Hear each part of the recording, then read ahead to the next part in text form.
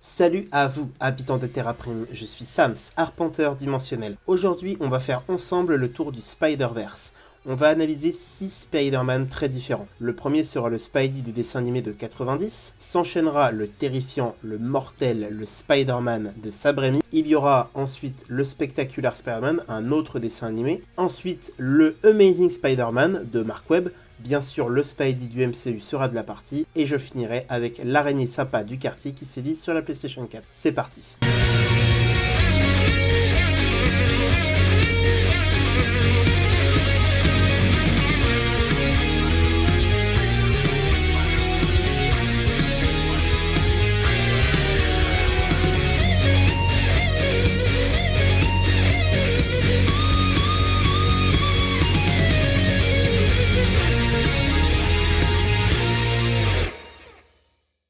On va faire ça en 4 parties d'abord. On va parler du design et du physique. On va d'abord analyser le look de Peter Parker et les gadgets de Spider-Man, les comparer avec des costumes du comics pour bien les représenter. Ensuite, on va parler pouvoir, les limites et les capacités que Spidey a ou n'a pas comparé à la bande dessinée. Le troisième thème sera la psychologie ainsi que la personnalité du héros, et je conclurai avec son entourage, qu'il s'agisse d'amis, de famille, d'ennemis ou d'alliés. Cette analyse sur le Spider-Verse ne sera pas en un seul épisode, mais plutôt divisée en plusieurs parties afin de tous les énumérer et de ne pas faire une vidéo de 3 heures. Petit disclaimer, je sais, je ne parle pas de tous les Spider-Man, c'est normal, je ne parle que de ceux m'ayant marqué le plus, donc vous ne verrez pas votre Spidey préféré. Autre disclaimer, le but de cette vidéo n'est pas de vous dire le Spidey du comics est mieux, loin de là, mais plutôt d'établir un comparatif et une analyse approfondie de pourquoi ça s'est mieux fait dans le comics et inversement. Enfin, dernier disclaimer, je vais tâcher de rester très objectif, c'est dur mais malgré tout il y aura du subjectif dans la vidéo, mais ce sera à petite dose, le but n'étant pas de vous dire qui est le meilleur. Pour moi ce sera plutôt de vous montrer pourquoi ce Spidey là peut être votre préféré. Commençons. Une rapide présentation s'impose. Comme pour tous les Spider-Man qui vont être cités dans les vidéos, l'histoire reste à peu près la même à chaque fois. Peter Parker, petit lycéen chétif, se fait mordre par une araignée radioactive. Il se transforme en Spider-Man, après avoir voulu utiliser ses pouvoirs pour son profit personnel, son oncle Ben, pas celui-là, mais cela, va se faire assassiner par un malfrat, laissant Peter seul avec sa tante May pour l'élever. Mais Peter deviendra un héros, sauvant la veuve et l'orphelin. Je frottais la veuve et l'orphelin, tu feras la veuve et toi l'orphelin. Car un grand pouvoir implique de grandes responsabilités. Il défendra la ville de New York contre des criminels de plus en plus nombreux et surtout incroyablement rétors pour certains. Et on va démarrer l'analyse par ordre de sortie des œuvres sur Terra Prime. Je vous présente le Spider-Man de 90. La série animée de ce Spidey est arrivée en novembre 1994 sur la chaîne Fox Kids. Elle s'est terminée en janvier 1998. Pour ce qui est de l'histoire, pas de divergence majeure avec les origines présentées plus tôt. La série est même l'adaptation la plus fidèle aux comics. On nous présente même des events connus du comics, comme par exemple la saga des clones où Peter affronte des clones de lui-même. Il y a aussi la saga du symbiote où Peter a le costume noir alien qui se fera connaître sous le nom de Venom plus tard. Il y a même des grands événements qui regroupent d'autres séries animées Marvel de l'époque comme les X-Men ou les 4 Fantastiques, dans un crossover qui reprend la trame de Secret War, un événement très important de l'univers Marvel où une entité cosmique plus puissante que le gant de l'infini, appelée le Beyonder, kidnappe un max de héros et de super méchants sur un monde appelé Battle World pour voir qui va gagner. En bref, un événement inadaptable dans les films du MCU mais parfait pour le dessin animé. Mais tapons dans le vif du sujet avec le design et le physique.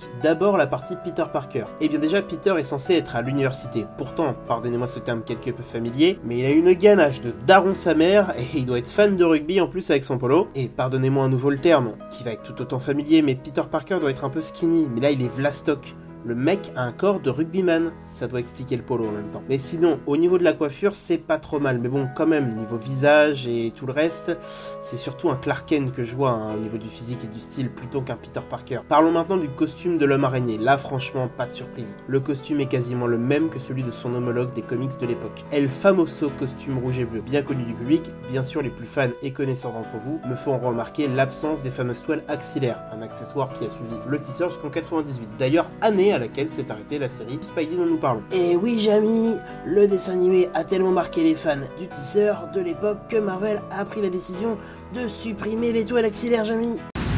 Énorme. En ce qui concerne les gadgets, pareil, rien de vraiment exotique, on retrouve les légendaires lance-toiles. Alors, pour ceux qui ont appris à connaître l'homme araignée à travers le film de 2000, Spidey dans les comics a effectivement des pouvoirs, le seul qu'il n'a pas est de produire la même soie que les araignées. Pour ses lance-toiles, ils lui permettent de se balancer d'immeuble en immeuble, d'attraper des ennemis ou de contenir des objets ou des gens. Les lance-toiles ont besoin de cartouches de fluide pour fonctionner et envoyer des toiles. D'ailleurs dans la série, Peter en est souvent à court. C'est ce que j'appelle un obstacle scénaristique pour faire en sorte que le héros qui est normalement soit surpuissant, soit qui peut facilement faire certaines prouesses, se retrouve littéralement à la rue, comme ça la difficulté monte d'un cran. Facile mais efficace. Vous pouvez aussi vérifier ce phénomène dans la série Smallville avec la kryptonite. En ce qui concerne les autres gadgets que nous retrouvons dans le faible arsenal de Peter, il y a les Spider Tracers. Alors là, les fans du comics, pour ceux qui connaissent le tisseur sur d'autres médias, les Spider Tracers sont des genres de mouchards que Spidey pose sur des ennemis pour les suivre à la trace. Et bah ouais, c'est fini. Spidey n'est pas Batman, hein. Il galère tout le temps au niveau du portefeuille, comme dans les comics. Peter fabrique ses gadgets à partir de récup d'électronique dans les poubelles. Spidey, il faisait du DIY avant que le DIY soit à la mode. Je vais aussi ajouter le costume noir dans son faible arsenal, un bout d'histoire important dans la mythologie du tisseur. Donc, dans les comics, le costume noir apparaît au cours de la fameuse Secret War dont je vous ai parlé en début de vidéo. En mai 1984, Spidey revêt un costume complètement noir qui augmente sa force mais le rend plus agressif. Ce costume était en fait un symbiote, une forme de parasite qui souhaite ne faire qu'un avec un autre. Plus tard, après que Spidey s'en soit débarrassé, eh bien le costume ne fera plus qu'un avec la némésis de Peter au journal, Eddie Brock, donnant naissance à Venom, un des adversaires les plus difficiles que Spidey ait rencontré. Pour ce qui est du dessin animé, l'organisme fut ramené par le fils de J. Jonah Jameson, le patron acariâtre, colérique et antipathique de Peter au Daily Bugle,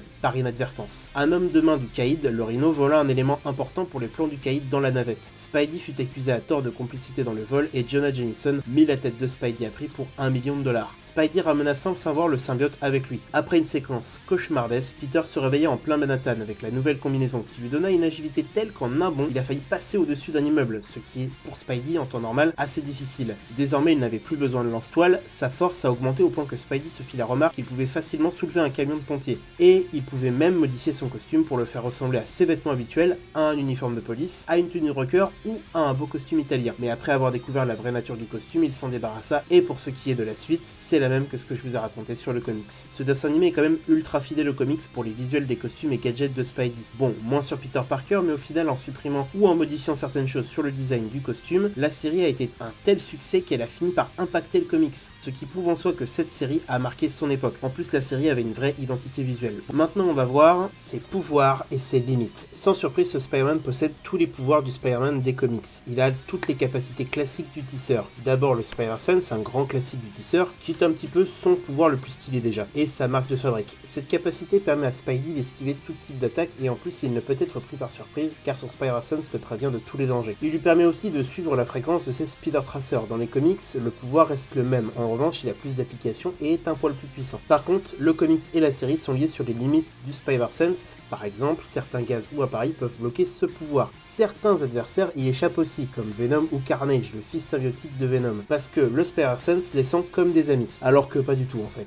Nous avons aussi comme autre pouvoir la capacité d'adhérer à toutes les surfaces, aussi appelée pouvoir collant. Elle permet au tisseur de pouvoir se mouvoir sur n'importe quelle surface. Il est impossible de l'en décrocher, sauf en cassant la dite surface. Et c'est aussi un grand classique, pas de précision particulière ou même de degré de force différent entre le comics et la série. Sinon, Spidey a vu ses capacités physiques augmenter aussi. On a le classique des super-héros et autres justiciers, la force surhumaine. Le tisseur a une force incroyable, il peut facilement assommer des humains comme des optimisés ayant une résistance accrue. Il peut soulever des charges incroyables. Bien sûr, Spidey a des limites. Dans les comics, Spidey peut soulever jusqu'à 20 tonnes, et bien plus s'il fait acte de sa volonté exceptionnelle. Celui de la série est un petit peu moins fort, mais il n'en reste pas moins dangereux. D'ailleurs, dans la croyance populaire, beaucoup de gens pensent que le tisseur est assez faible, alors qu'il est vraiment balèze de bonhomme. Le Spider-Man de la série animée n'est pas à plaindre non plus. Il a une force qui lui permet de maîtriser un homme comme le Rhino, un optimisé ultra puissant, ou encore de soulever des automobiles standards. Il possède aussi une endurance et une résistance accrue. Spidey peut fonctionner à plein régime avec peu ou pas de signes de fatigue. Dans le comics, il peut par exemple rester éveillé pendant 36 heures d'affilée avant d'être fatigué. Il peut aussi retenir sa respiration pendant 8 minutes. Son corps est aussi incroyablement résistant. Si un homme normal, voire même un boxeur pro poids lourd, lui met une patate, il peut se casser la main. Spidey peut aussi prendre des coups de surhumain sans subir de blessures graves. Pour ce qui est de la série, les capacités de Peter au niveau de sa résistance et de son endurance restent très semblables aux comics. Au final, pas des masses de différence ou de degrés de puissance différents. Et on va terminer cette longue partie sur les pouvoirs avec les deux derniers pouvoirs qui donnent de la matière à la façon dont le tisseur peut se mouvoir, son agilité et ses réflexes surhumains. Spidey a une agilité, une coordination et un équilibre équilibre incroyable, ce qui permet au tisseur d'effectuer son fameux balancement de toile sans par exemple se payer un immeuble ou s'écraser au sol. Il peut aussi effectuer des bonds spectaculaires ou encore des cabrioles incroyables. Spidey pourrait battre n'importe quel record en gymnastique, même dans les disciplines olympiques. Et quant à ses réflexes, eh bien, l'araignée est bien connue pour esquiver toutes les attaques. Grâce à ses réflexes qu'il lie à son Spider-Sense, Peter est capable d'esquiver quasiment tout type d'agression, y compris les coups de feu. Le Spidey de la série reste très semblable à celui des comics sur ses pouvoirs. Donc passons à quoi? Ah oui, c'est vrai, je crois qu'il... Oui, c'est vrai, j'avais oublié ce truc-là, ouais. Il a aussi un facteur de guérison accéléré qui lui permet de guérir de brûlures au 3e degré ou de fractures graves en quelques heures ou jours. Et là pareil, le pouvoir reste très semblable dans la série. De même que pour ses compétences. Peter est un génie, c'est aussi un expert au combat au corps à corps, et c'est un inventeur et un ingénieur talentueux. Ah bah oui, quand je vous ai annoncé que ce Spidey animé était très ressemblant à celui du comics, je ne vous ai pas menti. Après je vous le dis, mais ça m'arrange car les faits énoncés me permettent d'évacuer d'entrée de jeu et rapidement tous les comparatifs avec le comics. Bien sûr, il y en aura encore par la suite, mais ils seront d'une moins présents et surtout plus précis. Bon, revenons-en à la vidéo et parlons de sa psychologie et sa personnalité. Alors, ça va être très surprenant, mais le Spider-Man du dessin animé a la même psychologie que le Spider-Man des comics. Ça te la coupe, hein mon con? Plus sérieusement, on va quand même creuser un peu, hein. Je vais en premier parler du courage et de l'intrépidité du tisseur. Spider-Man est un héros. En tant que héros, il a le but le plus commun à tous les héros. Ils ne se battent que pour la dignité des faibles. De ce fait, Spidey, suite au conseil de son oncle, décide de sauver la veuve et l'orphelin. Tu feras la veuve et toi l'orphelin. Il se battra toujours pour arrêter les criminels ou sauver des innocents en danger, même si cela doit lui coûter la vie. D'où son côté intrépide, il fait face au danger quoi qu'il arrive. Même si son adversaire est plus puissant, Spidey l'affrontera. Même si une situation est désespérée, il fera tout pour changer la donne. En dehors de ça, la partie Peter Parker ne change pas trop non plus. On a un homme brillant et sympa, mais qui galère dans sa vie et surtout a des gros problèmes sur sa double identité. Il a du mal à gérer sa vie amoureuse, ses proches se demandent où est-ce qu'il part dès qu'il se passe un truc louche. En bref, c'est le bordel dans sa vie. Sinon, le point le plus important chez un Spider-Man, l'humour. Alors, il en a, mais je crois qu'il va avec le look, puisque c'est un humour de daron. Vous savez, cet humour où c'est pas que c'est pas drôle, mais en fait on ne sait pas si c'est vraiment une blague. Enfin bref, donc oui, ce Spidey a de l'humour, donc fidèle au Spidey des comics. Et ouais, rien de surprenant. Il risque quand même d'y avoir des surprises sur la partie entourage et ennemis. D'ailleurs, c'est l'heure de passer à son entourage et ses ennemis. D'abord, les proches de Peter. On va commencer par le classique. Tante May, la mère de substitution de Peter. D'ailleurs, vous voulez une blague sur Tante May? Quel est le point commun entre Tante May et la grotte de Lascaux? Elles sont toutes les deux très vieilles et il faut être bien équipé pour y rentrer.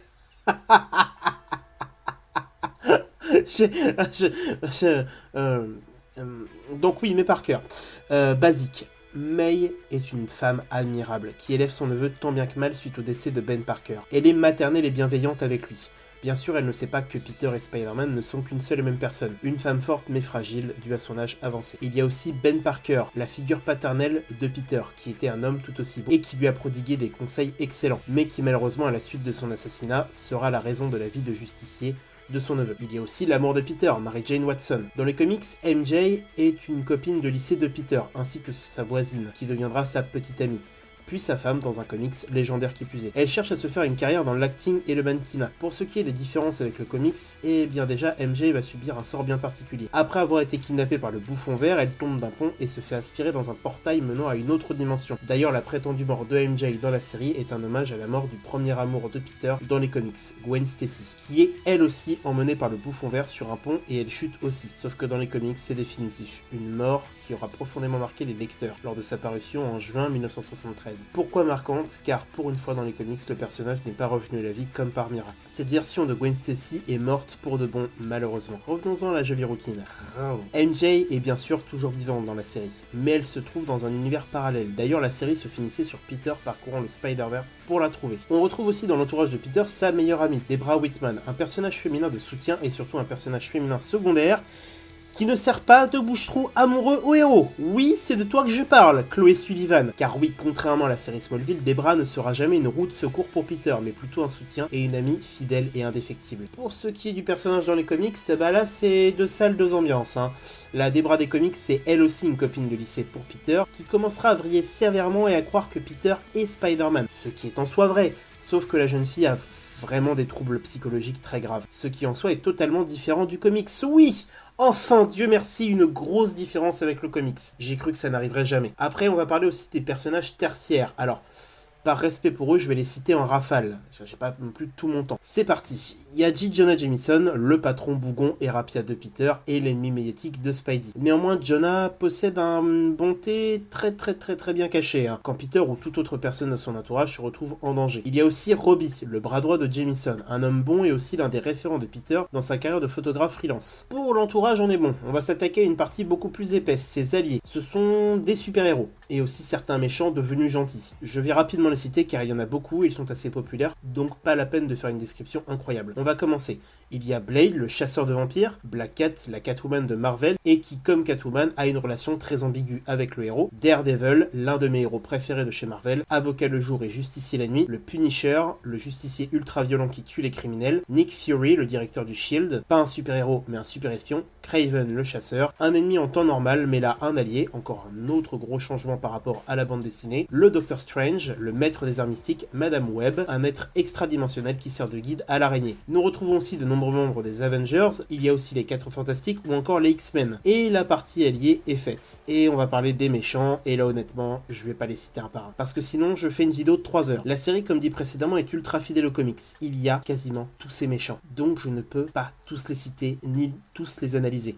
En revanche, je peux vous dire que pour les autres Spider-Man, ce sera plus simple pour analyser leurs méchants. Si la galerie d'ennemis de ce Spidey vous intéresse, j'ai mis un lien en description qui mène à une page Wikipédia les répertoriant tous. Bon, après avoir bien analysé les différentes parties, on va passer à la conclusion. Ce Spidey, je ne le répéterai jamais assez, est d'une fidélité incroyable aux comics. Mais la série a su se forger une image très personnelle. Si on extrait le design de quasiment tous les personnages, il y a bien sûr une patte visuelle. Par exemple, Spider-Sense qui a un design très étrange, qui fait un peu freaks, un peu radioactif. Bien sûr, en hommage au pouvoir de Spidey. Il y a aussi ce générique légendaire, très rocks, très freaks aussi, un peu particulier avec ce Spider-Man entendu avec une voix déformée en arrière-plan. Il y a aussi la fusion entre la 2D et la 3D qui donne une apparence visuelle incroyable à cette série. Et en plus, la série a influencé le comics avec par exemple l'étoile axillaire de Spidey. En bref, une série exceptionnelle qui aura donné sa popularité à Spidey. Bien sûr, ce n'a pas été la seule. Il y a aussi le jeu vidéo sorti sur PlayStation 1 2 ans après la fin de la série, qui est une suite en elle-même à la série, qui a donc donné encore plus ses lettres de noblesse à Spidey. Et il y a bien sûr le film de Sam Raimi sorti en 2000. Mais pour ce qui est de ce Spidey, je vous donne rendez-vous dans la partie 2 qui parlera de ce Spidey qui, mine de rien, lui aussi est entré dans la légende. J'espère que la vidéo vous aura plu. Si bien sûr c'est le cas, pensez au pouce bleu dimensionnel, abonnez-vous et mettez la cloche pour recevoir les notifications pour les prochaines vidéos, partagez un max dans tout l'univers, c'est bon pour la santé. On se retrouve prochainement pour la suite de la chronique. Moi je retourne dans ma dimension. À bientôt.